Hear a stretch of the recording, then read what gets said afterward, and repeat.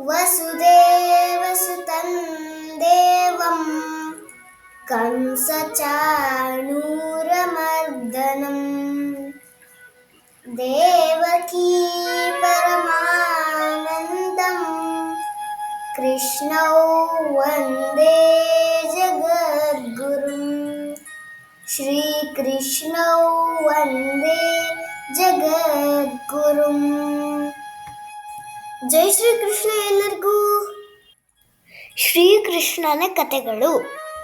ಯೋಗಮಾಯ ಹೇಳಿದ ಮಾತುಗಳನ್ನು ಕೇಳಿದ ಮೇಲೆ ದೇವಕಿ ವಸುದೇವರನ್ನು ಸೆರೆಮನೆಯಲ್ಲಿ ಕೂಡಿ ಹಾಕುವುದು ವ್ಯರ್ಥ ಎಂದು ಕಂಸನಿಗೆ ಮನವರಿಕೆಯಾಯಿತು.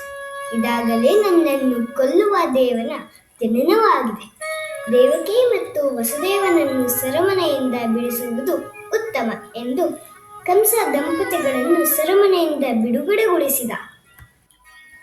ತನ್ನ ಪುತ್ರರಿಬ್ಬರ ಬಗೆಗಿನ ಸುದ್ದಿ ತಿಳಿಯಲು ವಸುದೇವ ಕಾತರದಿಂದ ಇದ್ದ. ಒಂದು ದಿವಸ ನಂದ ವಸುದೇವನನ್ನು ಕಾಣಲು ಬಂದ. ಮಥುರೆಯಲ್ಲಿ ನಂದನನ್ನು ಕಂಡು ವಸುದೇವನಿಗೆ ಸಂತೋಷವಾಯಿತು. ಓ ನಂದ, ನಿನ್ನನ್ನು ಕಾಣಲು ನಾನು ಪುಣ್ಯ ಮಾಡಿರುವೆ ಎಂದು ನುಡಿದ.